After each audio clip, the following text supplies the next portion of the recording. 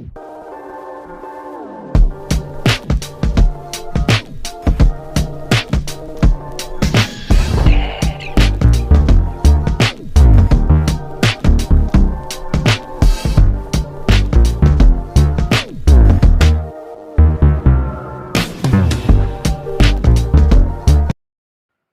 Dear students, स्वागत है आपका अपने यूट्यूब चैनल रुद्र शिक्षणम में। हम लोग स्टार्ट किए हैं न्यूमेरिकल प्रॉब्लम्स पे। तो हमने कल कुछ न्यूमेरिकल प्रॉब्लम्स के बारे में देखा था और कुछ न्यूमेरिकल्स को सॉल्व किया था। तो हम उसी कड़ी को आगे बढ़ाते हुए आज कुछ और न्यूमेरिकल प्रॉब्लम को हम सॉल्व करते हैं।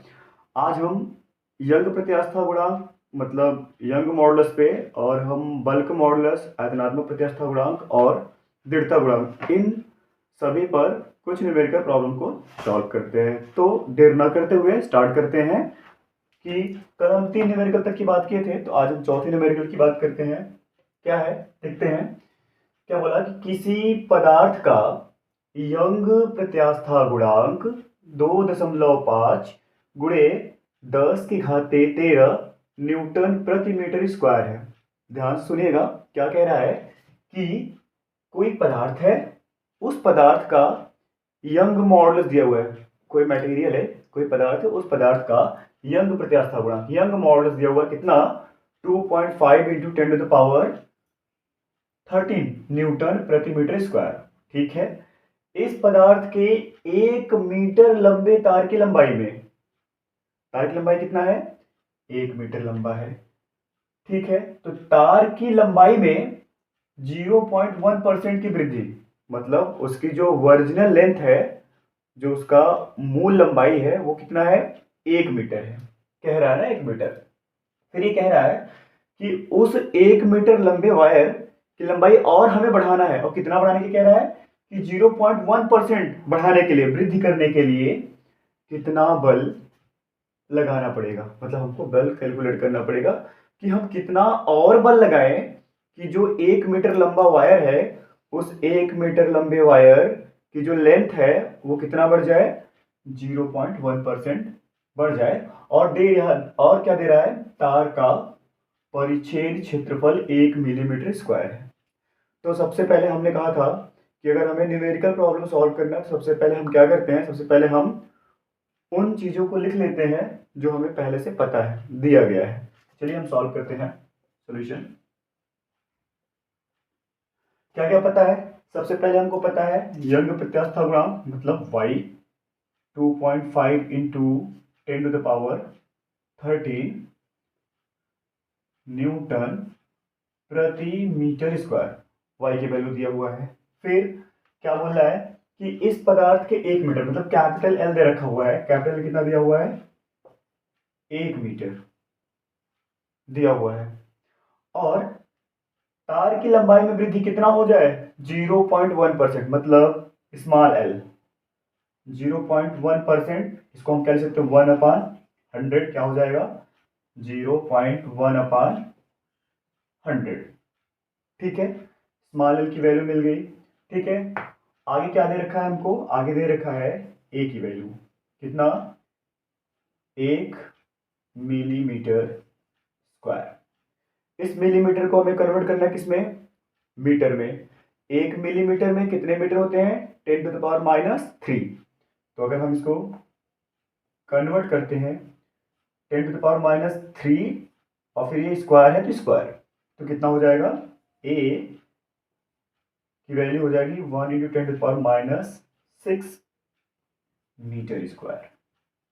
हमको पता चल गया, क्या क्या पता चल गया, y की वैल्यू दिया हुआ था, l की वैल्यू दिया हुआ था, ये जो ओरिजिनल लेंथ है, स्मॉल l की वैल्यू 0.1% वृद्धि हो जाए तो परसेंट में दिया था, तो मैंने इसको देख लिया कितना मिला हमें, 0.1/100।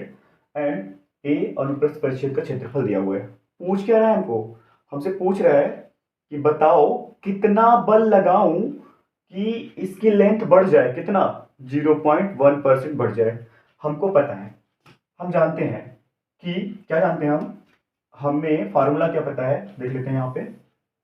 हमको पता है y = क्या होता है, प्रतिबल बटे विकृति। और कौन से प्रतिबल कौन सी विकृति की बात करते हैं, इसकी बताने की जरूरत नहीं क्योंकि आप बहुत बार जानते हो। हम अनुप्रस्थ अनुदैर्ध्य प्रतिबल और अनुदैर्ध्य विकृति के अनुपात की बात करते हैं, तो उसी को हम लिख रहे हैं। तो प्रतिबल क्या होता है, F/A, विकृति क्या होता है, लंबाई में परिवर्तन बटे प्रारंभिक लंबाई। इसको अगर हम सॉल्व कर लें तो y की वैल्यू क्या हो जाएगा, y is equal to F, ये L जाएगा ऊपर, F L गया ऊपर, कैपिटल L, फिर ये A और ये स्मॉल l। क्या कैलकुलेट करना है हमको, फोर्स, ये कैलकुलेट करना है हमको। क्या निकालना है, F। तो F निकाल लेते हैं यहाँ से। F is equal to F is equal to y a small l upon capital L। मेरा काम ऑलमोस्ट हो गया है, वैल्यू रख के बस इसको सॉल्व कर लेना है। देख लेते हैं क्या, F is equal to y कितना दिया हुआ है, यहाँ दिया हुआ है 2.5 into 10 to the power 13। a की वैल्यू कितना दिया हुआ है, 1 इंटू 10 to the power -6, और l की वैल्यू कितना दिया हुआ है, l की वैल्यू दिया हुआ है, l की वैल्यू दिया हुआ ये देखिए 0.1 अपॉन 100। अच्छा, एक चीज अगर हम यहाँ अगर देखें तो मेरा काम और भी अच्छा हो जाएगा। अगर आप एक चीज समझ पाए यहीं पे, तो 0.1 ये 100 है, 100 का मतलब होता है 10⁻²। अगर 10⁻² नीचे से ऊपर लेके जाऊं तो 10⁻⁻² हो जाएगा। तो मैं अगर इसको लिखूं यहाँ पे 0.1 इंटू 10⁻⁻², ओके। और ये एल की वैल्यू कितना है, एल की वैल्यू दिया हुआ है 1। बस अब हमें इसी को बस सॉल्व कर लेना है। देख लेते हैं एफ की वैल्यू कितना मिल जाएगा हमको। एफ इज इक्वल टू, देख लीजिए 2.5 इंटू 1 वही मिलेगा, फिर इंटू 0.1, ठीक है। और क्या, देख लीजिए 10 की पावर यहाँ 13 है, 13 -6 एंड -2 अपन 1 है, तो कोई दिक्कत नहीं, वही बात है। इसका इसमें मल्टीप्लाई करेंगे तो कितना हो जाएगा, ये हो जाएगा 0.25 इंटू 10 to the power, देखिए 13 है, -6 -2 -8, और 13 से चला जाएगा कितना हो जाएगा, ये हो जाएगा आपका 5, ठीक। फिर से रिपीट कर दे रहा हूं, 13 है, ये -6 -2 कितना हो गया, -8। अगर 13 में से जाएगा कितना मिलेगा हमको, 5, 8 5 13, ठीक। अच्छा, अगर हम इसको थोड़ा सा और भी अच्छे से लिखें तो इस डेसिमल को अगर हम राइट में लेके जाएंगे तो क्या हो जाएगा, 2.5 into 10 to the power 4 Newton. तो ये हमारा है इसका सोल्यूशन। ये इतने न्यूटन का हम फोर्स लगाएंगे, कितने न्यूटन का फोर्स लगाएंगे, 2.5 न्यूटन का अगर हम फोर्स लगाते हैं, किस पर, उस वायर पे जिसकी लेंथ 1 मीटर है। 1 मीटर लेंथ वाली जो वायर है उस पे अगर हम force 2.5 into 10 to the power 4 Newton का लगाते हैं तो उसकी लेंथ में 0.1% की क्या होती है, वृद्धि होती है, ठीक है। एंड आई होप आपको समझ में आया होगा। अब हम किसी दूसरे न्यूमेरिकल प्रॉब्लम के बारे में बात करते हैं, ठीक है। तो अब हम दूसरे तरह के प्रत्यास्था गुणांक, मतलब कौन सी प्रत्यास्था गुणांक ये है, ये हमारा है आयतनात्मक प्रत्यास्था गुणांक। अब हम आयतनात्मक प्रत्यास्था गुणांक पर आधारित प्रॉब्लम को सॉल्व करते हैं। देखते हैं क्या दिया है इसमें। इस क्वेश्चन में क्या बोला है कि कांच की स्लैब पर 10 वायुमंडलीय जली दाब, कोई कांच का एक स्लैब है उस पे जो वायुमंडलीय दाब है कितना है, 10 वायुमंडलीय जली दाब है। जली दाब आप समझ सकते हैं कि हमने इसको पढ़ाया था जब हम पढ़ा रहे थे आपको बल्क मॉडुलस आयतनात्मक प्रत्यास्था गुणांक। तो वहां पे वो जो स्ट्रेन, वॉल्यूमेट्रिक स्ट्रेन बनती है, उस वॉल्यूमेट्रिक स्ट्रेन की वजह से कौन सी स्ट्रेस क्रिएट हुई थी, हाइड्रोलिक प्रेशर कह लीजिए या हाइड्रोलिक स्ट्रेस कह लीजिए, ठीक है।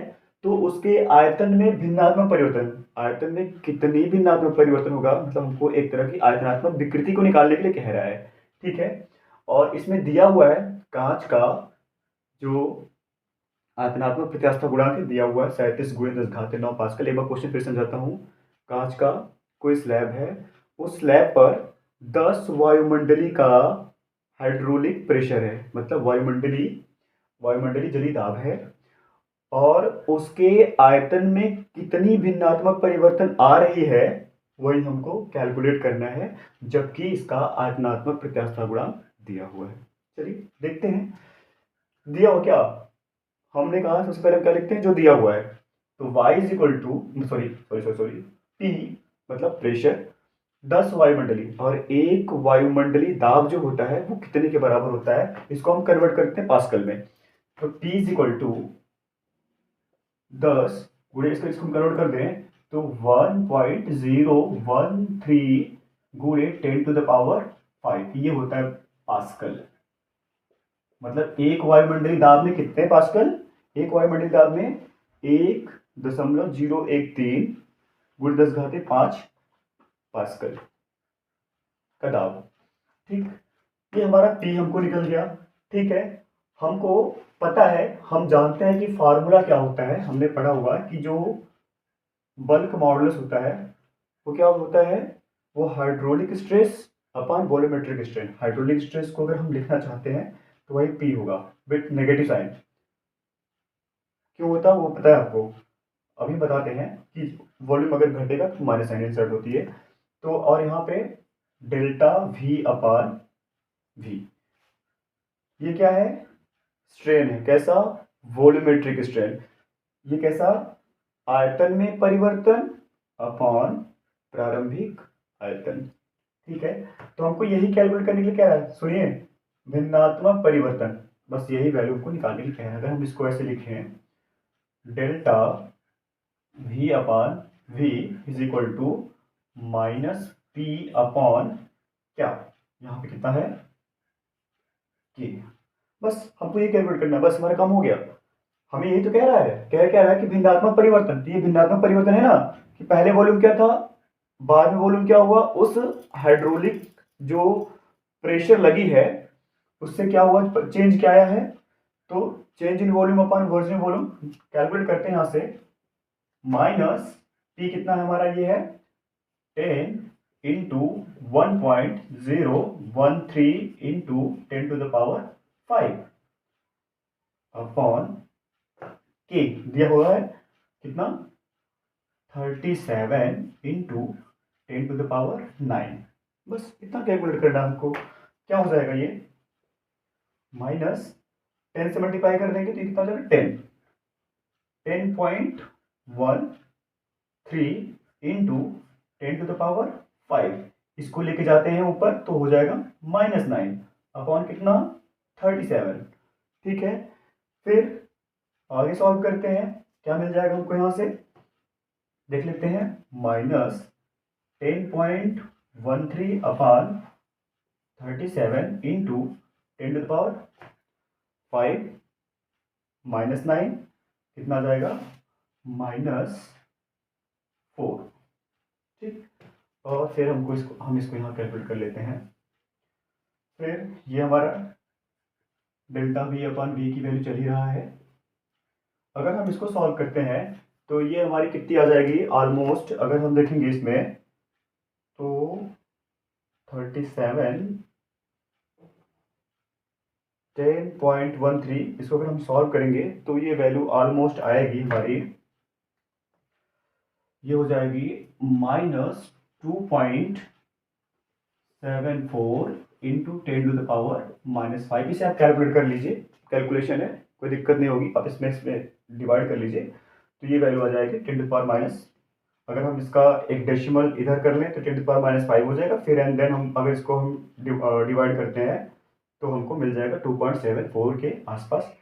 जानते हैं 37 है, तो यहाँ अगर 101 लेते हैं, अगर हम डेसिमल इस डेसिमल को यहाँ पे कर देते हैं तो 10⁻5 हो जाएगा।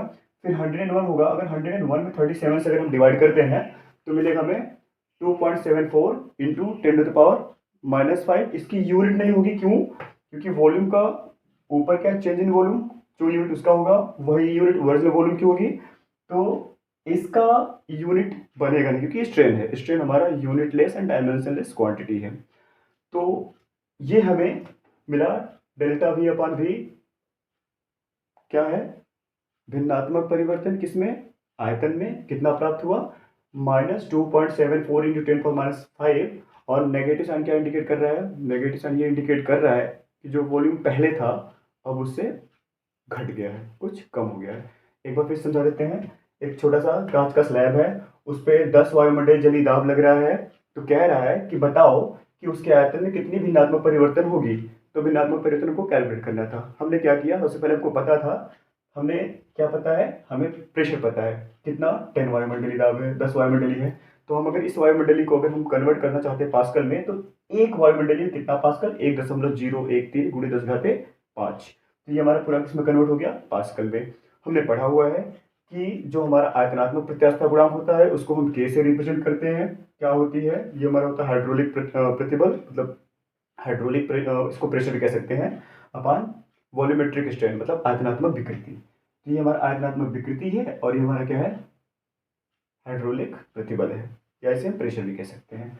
हमको यही निकालना था, तो हमने इसकी वैल्यू निकाला डेल्टा वी अपॉन वी करके, माइनस पी अपॉन ये क्या हो गया के, ये हमारा क्या है प्रत्यास्थता गुणांक, इसकी वैल्यू दिया हुआ है। पी हमने यहाँ कैलकुलेट कर दिया, मैंने इसकी वैल्यू यहाँ रखा। एंड देन हमने क्या किया, इस 10 की 9 को ऊपर लेके गया, कितना 5 - 9 हो गया। अगर हम इस 10 का मल्टीप्लाई यहाँ कर देंगे तो 10.13 अपॉन 37 इंटू 10⁻5 - 9, और 5 में से 9 घटाएंगे कितना जाएगा, -4। अगर हम इस डेसिमल को इधर लेके जाए तो एक माइनस और बढ़ जाएगा, 10⁻5 हो जाएगा। 101.3 में 37 से डिवाइड करते हैं तो हमको प्राप्त हो जाएगा -2.74 × 10⁻⁻5, सिंपल तरीके से। और याद रहे ये जो माइनस साइन यहाँ पे क्या इंडिकेट कर रहा है कि वॉल्यूम जो है वो पहले से घट रहा है, ठीक है। और अब हमें ये तो हो गया हमारे किस पे, आयतनात्मक प्रत्यास्थता गुणांक। हम दृढ़ता गुणांक पे एक प्रॉब्लम और सॉल्व भी करवाते हैं, ठीक है, देखते हैं। फिर हम अगले प्रॉब्लम पे बात करते हैं जो कि किस पे बेस्ड होगा, ये होगा हमारा मॉडुलस ऑफ रिजिडिटी, जिसे हम बोलते हैं दृढ़ता गुणांक। तो इसके बारे में इस क्वेश्चन के बारे में समझते हैं कि क्वेश्चन क्या कह रहा है और इसको हम कैसे कैलकुलेट कर पाएंगे, इसकी हम बात करते हैं। देखते हैं क्या दिया हुआ है, तांबे का एक टुकड़ा जिसका अनुप्रस्थ परिच्छेद, क्षेत्रफल की बात किया है, 15.2 सेंटीमीटर इंटू 19.1 सेंटीमीटर है, ठीक है। मतलब कह रहा है क्या कि तांबा का एक टुकड़ा है, उसका जो क्षेत्रफल है, क्षेत्रफल का जो उसका दे रखा हुआ है डायमेंशन, उसकी 15.2 सेंटीमीटर इंटू 19.1 सेंटीमीटर लंबाई चौड़ाई दे रखा हुआ है, ठीक है। और उस पर 44,500 न्यूटन का बल लगाया जाता है। तो बल से मतलब इतने न्यूटन बल के तनाव से उसे खींचा जाता है, उस तांबे के टुकड़े को। तो इसमें केवल प्रत्यास्थता विरूपण उत्पन्न होता है, मतलब इसमें प्रत्यास्थता विरूपण उत्पन्न होता है। हमने पढ़ा था कि जो हमारा था मॉडुलस ऑफ रिजिडिटी, तो उसमें क्या होता था कि उस पर हम जो फोर्स, अपर सरफेस फोर्स लगाते थे तो उससे विरूपित होता था। तो कौन सी प्रतिबल, कौन सी विकृति की बात करते थे हम, अपरूपण प्रतिबल, अपरूपण अपरूपक अपरूपक प्रतिबल व अपरूपण विकृति की बात करते थे। शेयरिंग स्ट्रेस और शेयरिंग स्ट्रेन की बात करते थे, ठीक है। जिसमें केवल प्रत्यास्थता विरूपण उत्पन्न हो, उत्पन्न विकृति की जो विकृति बन रही है, स्ट्रेन बनेगा, उसी स्ट्रेन को हम कैलकुलेट करने, याद होगा थीटा हम निकालते थे वहां से। उत्पन्न विकृति की गणना कीजिए, तांबे का अपरूपण गुणांक मतलब ईटा की वैल्यू दिया हुआ है। हम बार बार वही कह रहे हैं कि सबसे पहले जो दिया हो उसको लिख लेते हैं और जो नहीं पता है उसके बारे में बात करते हैं। चलिए सॉल्व करते हैं इस तरह की प्रॉब्लम को हम, ठीक है। पहले देख लेते हैं क्या क्या दिया हुआ है। क्षेत्रफल दिया हुआ है, एरिया कितना दिया हुआ है, 15.2 सेंटीमीटर इंटू 19.1 सेंटीमीटर। तो सबसे पहले इन सेंटीमीटर वाले को मीटर में कन्वर्ट कर लेते हैं। क्या हो जाएगा, ये हो जाएगा 15.2 इंटू 19.1। इस सेंटीमीटर को मीटर में कन्वर्ट करेंगे 10⁻², इसको भी 10⁻²। कितना हो जाएगा, अगर हम इसका मल्टीप्लाई इसमें कर देते हैं तो हमें कितना मिल जाएगा, 2.90 इंटू 10⁻²-2 -4। ये हमें क्या मिल गया, ये हमें एरिया मिल गया मीटर स्क्वायर। ठीक है, ये हमें क्या मिल गया, ये हमें एरिया मिल गया। और हमें क्या दे रखा है, और हमें दिया हुआ है फोर्स। यह दिया कितना फोर्स लग रहा है, 44,500 न्यूटन का बल लग रहा है यहाँ पे। ठीक है, फोर्स हो गया। ठीक है, और क्या दिया हुआ है, ये दिया हुआ है हमारा दृढ़ता गुणांक या अपरूपण गुणांक इसे बोलते हैं, 4.20 इंटू 10⁻10 पास्कल। ठीक, अब क्या कह रहा है कैलकुलेट करने के लिए, हमें विकृति की गणना करने के लिए कह रहा है। तो हम विकृति की गणना कर लेते हैं। हमारे पास क्या है, प्रॉपर फार्मूला पता है, हम जानते हैं क्या होता है। हम जानते हैं ईटा इज इक्वल टू क्या होता है, eta is equal to force मतलब stress upon strain, shearing stress, force per unit area, shearing strain क्या बनती थी, थीटा। और हमें थीटा निकालना है, थीटा निकाल लेते हैं। तो ये क्या हो जाएगा, थीटा को इधर भेज देते हैं, theta is equal to F upon A upon eta. क्या बन जाएगा, एफ अपॉन ए ईटा। अब बस, अब हमें वैल्यू रखना है। हम इन जगहों पे फोर्स दिया हुआ है, एरिया हमने निकाल लिया है, पता चल गया, और हमें ईटा की वैल्यू दिया हुआ है। हम इन वैल्यूज को रख के हम बस कैलकुलेट कर लेते हैं, देख लेते हैं यहाँ से क्या मिलेगा। फोर्स कितना है, 44,500।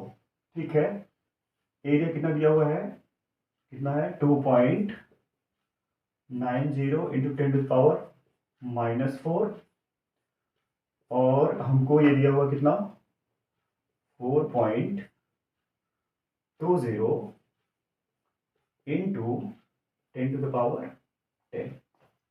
ठीक है, देख लेते हैं क्या बनेगा यहाँ से। Theta is equal to 44,500 as it is, ये हो गया 2.90 इंटू 4.20। यहाँ देखिए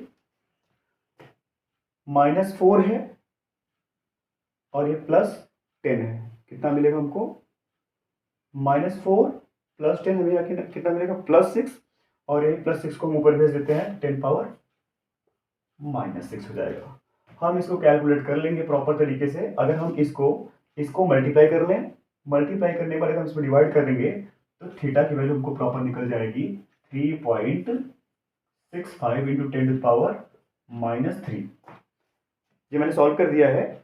आप अगर सॉल्व करें आसानी से हो जाएगा, कोई दिक्कत नहीं, कैलकुलेशन ही है, कोई दिक्कत नहीं है। फिर से मैं कैलकुलेशन पर समझा दे रहा हूँ, फिर समझ लीजिए। सबसे पहले मैंने क्या बोला, हमको एरिया दिया हुआ है 15.2 centimetre into 19.1 centimetre. Centimetre terms को मीटर में कन्वर्ट कर लीजिए। 15.2 इंटू 19.1, इस सेंटीमीटर 10⁻⁻2 मीटर हो गया, ये सेंटीमीटर 10⁻⁻2 मीटर हो गया। आप इसको मल्टीप्लाई कर लेंगे, 2.90 मिलेगा, 10⁻⁻4 मीटर स्क्वायर हो जाएगा। ठीक है, उसके बाद फोर्स दिया हुआ है, इसी फोर्स से हम खींच रहे हैं, उस पर तनाव डाल रहे हैं, तो विकृति उत्पन्न हो रही है। तो कितनी विकृति उत्पन्न हुई निकालना हमको। ईटा की वैल्यू दिया हुआ है 4.20 10⁻10 पास्कल। तो हम जानते हैं eta is equal to F upon A upon theta. Theta निकालना था, तो एफ अपान ए अपान ये ईटा आ गया। तो ये कितना हो गया, एक चलाएगा नीचे, एफ अपान ए इंटू ईटा, और ये एफ की वैल्यू 44,500। हमको ए की वैल्यू पता है 2.90 10⁻⁻4। हमने एन की वैल्यू भी पता है 4.20 10⁻10। हम इसको सॉल्व कर लेंगे, -4 +10 6, ऊपर जाएगा -6, ये फिर 2.90 इंटू 4.20। आप इसको मल्टीप्लाई कर लीजिए, मल्टीप्लाई करने के बाद इसमें डिवाइड कर लीजिए, ये वैल्यू आपकी मिल जाएगी 3.65 इंटू 10⁻3। ये हमारा, एंड आई होप आपको समझ में आएगा। हमने यंग प्रत्यास्था गुणांक पे प्रॉब्लम को सॉल्व किया, हमने आयतनात्मक प्रत्यास्था गुणांक पे सॉल्व किया प्रॉब्लम को, और हमने सॉल्व किया किस पे, दृढ़ता गुणांक पे। ठीक है, हाँ, एक क्लास न्यूमेरिकल की और रखते हैं। कल हम प्रत्यास्थ स्थितिज ऊर्जा पे कुछ प्रॉब्लम को सॉल्व करते हैं, और पाइशन अनुपात पे कुछ क्वेश्चन सॉल्व करते हैं। फिर नेक्स्ट क्लास से हम आपका अगला चैप्टर स्टार्ट करते हैं। ठीक है, एंड आई होप कि आपको अच्छे से न्यूमेरिकल समझ में आ रहा होगा। ठीक है, तब तक के लिए थैंक यू सो मच, धन्यवाद।